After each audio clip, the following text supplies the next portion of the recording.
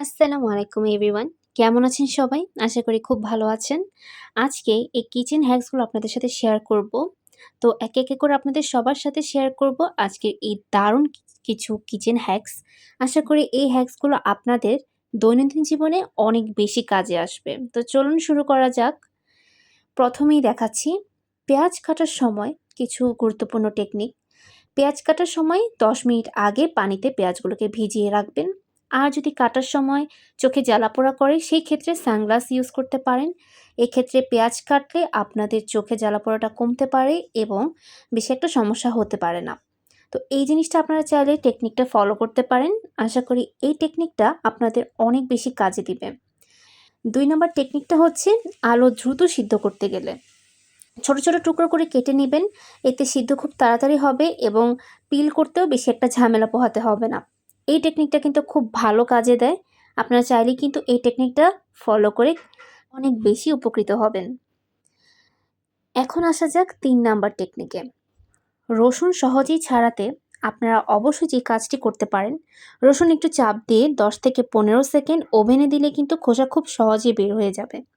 তাই রসুন থেকে খোসাগুলো ছাড়ানোর সময় এই টেকনিকটা ফলো করে কাজ করলে আপনাদের কাজ অনেক বেশি দ্রুত হয়ে যাবে। বেশি একটা সমস্যা পোহাতে হবে না।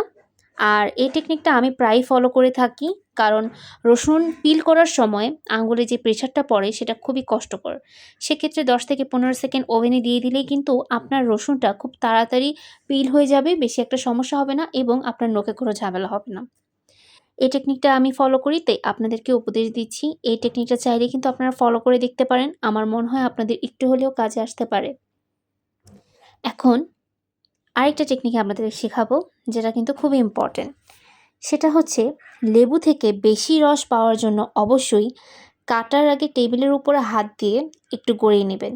এতে কি হবে, অনেক সময় আমরা যখন লেবু কাট করে থাকি তখন কিন্তু লেবুর যে রসটা, সে রসটা কিন্তু আসতে চায় না। তো এই এক্সট্রাক্টটা পাওয়ার জন্য অবশ্যই আপনি কাটার আগে টেবিলের উপর একটু গড়িয়ে নেবেন। এক্ষেত্রে লেবুটা তিতেও লাগবে না, খেতেও ভালো লাগবে এবং পর্যাপ্ত পরিমাণে লেবুর রস আপনারা পেতে পারেন। তাই টেবিলের উপর হাত দিয়ে গড়িয়ে নিলেই কিন্তু আপনার লেবুর টেক্সচারটা ভালো থাকবে এবং তিতো স্বাদ লাগবে না, রসও আপনি খুব ভালো পাবেন। এই টেকনিকটাও ফলো করতে পারেন। এটা হচ্ছে কিচেন হ্যাকের একটা ডিফারেন্ট টেকনিক। আমার মনে হয় এই টেকনিকটা অনেকেই জানেন না, তাই আজকে আপনাদের সাথে শেয়ার করলাম।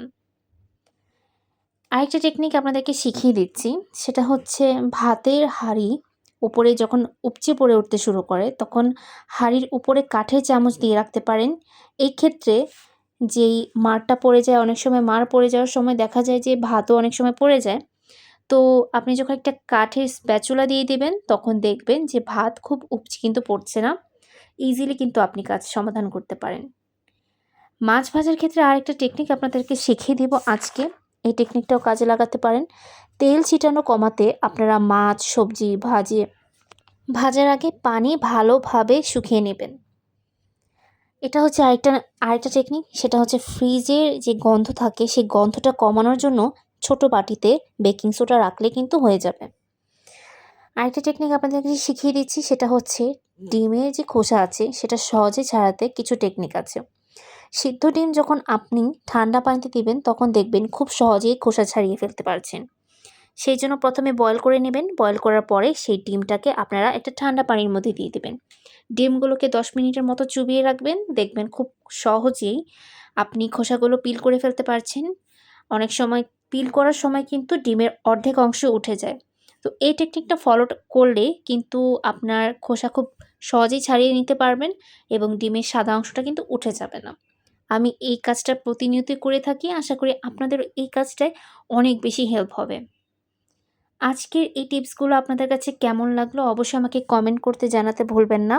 আর এই কিচেন হ্যাকসগুলো আপনাদের ভালো লাগলে অবশ্যই আপনারা যেকোনো সময় কাজে বাঁচানোর জন্য বা কিচেনে অনেক সময় আমাদের অনেক টাইম চলে যায়, সেই সময়টা রোধ করার জন্য কিন্তু এই কাজগুলো অনেক বেশি হেল্প করতে পারে। তো এই ছিল আজকের কিচেন হ্যাকস। কার কেমন লেগেছে অবশ্যই ভিডিওতে লাইক, কমেন্ট দিয়ে জানাতে ভুলবেন না। আর ভালো লাগলে অবশ্যই সাবস্ক্রাইব করে দেবেন। ধন্যবাদ সবাইকে। আসসালামু আলাইকুম।